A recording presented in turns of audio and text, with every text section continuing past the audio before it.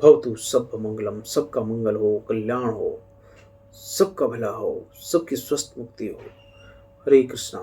श्री राधे राधे सभी साधकों हम तमाम टॉपिक्स पर काम कर रहे हैं, चाहे वो हेल्थ हो, वेल्थ हो, रिलेशनशिप हो, पेरेंटिंग हो, एनलाइटमेंट हो, स्पिरिचुअलिटी हो। हर सुबह पर आपकी लाइफ को और बेटर करने की कोशिश है। और इसका एक आज का टॉपिक है कि बॉडी लैंग्वेज के सिग्नल्स किस तरह पहचान सकते हैं ताकि हमें अच्छी कम्युनिकेशन करने में हमारी मदद हो सके। देखिए, बॉडी लैंग्वेज से रिलेटेड हमारा एक वीडियो आ चुका है पहले, आप उसको देख लें ताकि इसमें ज़्यादा अच्छी क्लियरिटी मिल सके, या इसके बाद भी आप देख सकते हैं। बॉडी लैंग्वेज हमारी कम्युनिकेशन का बहुत महत्वपूर्ण हिस्सा है, जो अक्सर शब्दों से ज़्यादा असरदार होता है। हम उन जो हर दिन है तमाम लोगों से मिलते हैं, उनसे बात करते हैं, लेकिन क्या आपने सोचा कि उनके शरीर की जो भाषा है, यानी कि बॉडी लैंग्वेज जो है, बहुत कुछ कहती है। इस वीडियो में हम जानेंगे कि हम कॉमन बॉडी लैंग्वेज सिग्नल्स को पहचान सकते हैं और उन्हें समझ सकते हैं, ताकि हम अपनी जो कम्युनिकेशन स्किल है उसे और बेटर कर सकें। अगर किसी ने ऐसे क्रॉस आर्म कर रखी है, मतलब दोनों जो भुजाएं हैं इस तरह से क्रॉस कर रखी हैं, तो सबसे पहले बात करते हैं क्रॉस आर्म की, कि जब कोई व्यक्ति अपने हाथों को छाती पर क्रॉस करके रखता है, इसका मतलब है कई चीज़ें हो सकती है, यानी कि कॉन्टेक्स्ट के आधार पर ही संकेत दे सकता है कि व्यक्ति है जो डिफेंसिव मोड में है। शायद ये असहज महसूस कर रहा है, लेकिन कई बार ये सिर्फ रेस्टिंग पोस्चर भी हो सकता है। डिपेंड करता है कि उस टाइम कॉन्टेक्स्ट क्या है। खासकर जब व्यक्ति आराम कर रहा हो या सर्दी हो रही हो तो होल्ड कर सकता है, लेकिन अगर बॉस के सामने ऐसे खड़ा हो या किसी ऐसी बहस चल रही हो जब ऐसा खड़ा हो, तो कहीं ना कहीं डिफेंसिव मोड होता है। इस चीज़ को समझनी है। क्रॉस आर्म का सही मतलब जानने के लिए हमें उस आदमी का जो फेशियल एक्सप्रेशंस जो है और कॉन्टेक्स्ट है, दोनों को समझना पड़ता है।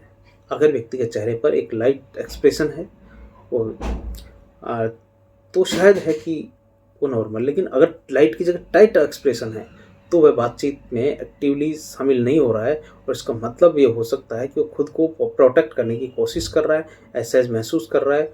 दूसरी ओर अगर व्यक्ति रिलैक्स्ड है, लाइट मूड में है, तो बातचीत में शामिल है, तो क्रॉस आर्म सिर्फ एक आराम की स्थिति भी हो सकती है। Number 2, eye contact. देखिए, जो आई कॉन्टैक्ट है वह भी बॉडी लैंग्वेज का बहुत महत्वपूर्ण हिस्सा है। जब हम किसी से बात कर रहे होते हैं तो आई कॉन्टैक्ट से हमारे सामने वाले की जो भावनाएं हैं और जो इंटेंशंस हैं उनको समझ सकते हैं। आई कॉन्टैक्ट कई चीज़ों की तरफ संकेत कर रहा है। कॉन्फिडेंस बताता है किसी का, कि जब कोई व्यक्ति आत्मविश्वास से लबरेज होकर के बात कर रहा है तो अपनी बात रखते हुए सीधा आपकी तरफ देखता है, इसका मतलब है कि वो कॉन्फिडेंट। दूसरा, इंटरेस्ट। अगर कोई व्यक्ति बार बार आई कांटेक्ट कर रहा है तो आपकी बातों में इंटरेस्ट दिखा रहा है, इसका मतलब है कि वह है आपकी बातों में रुचि रखता है, इंटरेस्ट रखता है। तीसरा, डिस्कम्फर्ट। दूसरी ओर अगर कोई व्यक्ति आई कांटेक्ट से बच रहा है, तो बार बार अपनी नज़रें हटा रहा है, तो इसका मतलब है कि वह असहज है और शायद कुछ छुपा रहा है। आई कांटेक्ट की जो नुआंसेस जो हैं उनको समझना बहुत ज़रूरी है, क्योंकि हर व्यक्ति का आई कांटेक्ट मेंटेन करने का तरीका अलग हो सकता है। ये कल्चरल डिफरेंसेस और व्यक्ति के पर्सनालिटी पर भी डिपेंड करता है। Number 3, hand movement. बात हाथों की जो मूवमेंट है बहुत कुछ कहती है। जानते हैं कुछ कॉमन हैंड जेस्चर्स के बारे में, यानी कि ओपन पाम अगर ऐसे हैं तो इस जैसे मेरी हमेशा होती हैं, तो जब कोई व्यक्ति अपने हाथों की हथेलियों को खुला रखता है तो ये ऑनेस्टी और ओपननेस का संकेत है। और इसका मतलब है कि जब व्यक्ति आपसे कुछ नहीं छुपा रहा और वह बातचीत को पूरी तरह से इन्वॉल्व है और इंटरेस्टेड है। दूसरा है कि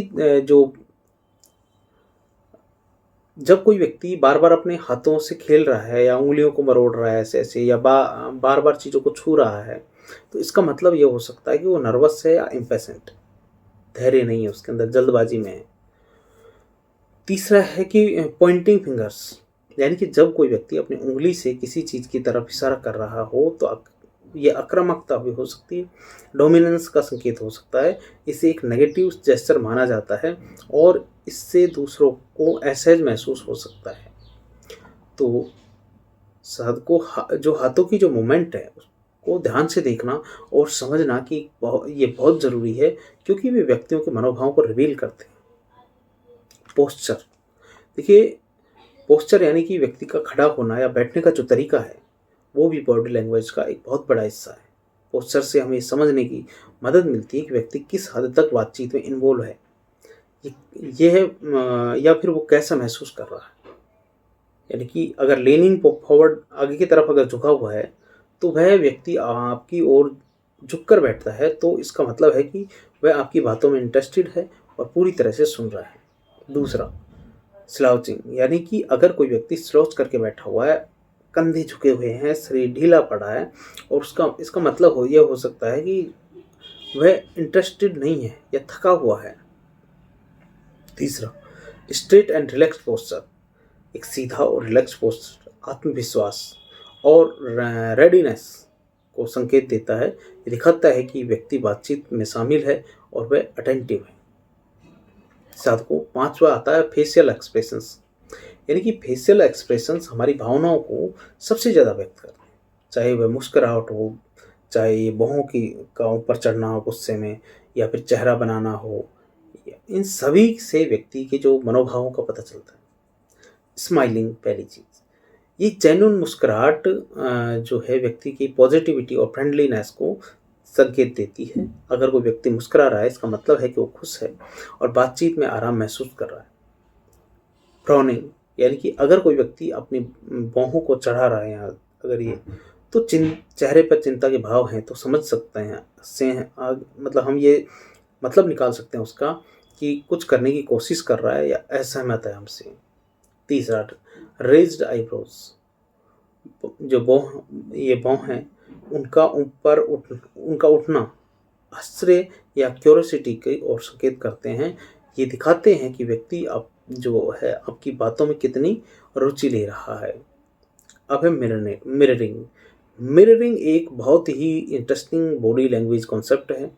मिररिंग का मतलब है कि जब कोई व्यक्ति आपकी बॉडी लैंग्वेज से अनकॉन्शियसली कॉपी करता है, तो यह एक अच्छा संकेत है कि वह व्यक्ति आपके साथ कंफर्ट महसूस करता है और आप दोनों के बीच रैपो बन रहा है।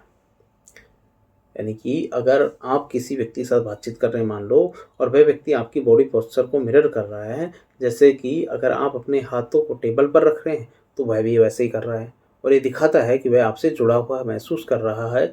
मिररिंग का उपयोग वह हम खुद भी कर सकते हैं, ताकि दूसरे व्यक्तियों के साथ जो बॉन्डिंग है, जो कंफर्ट है, वो बढ़ सके।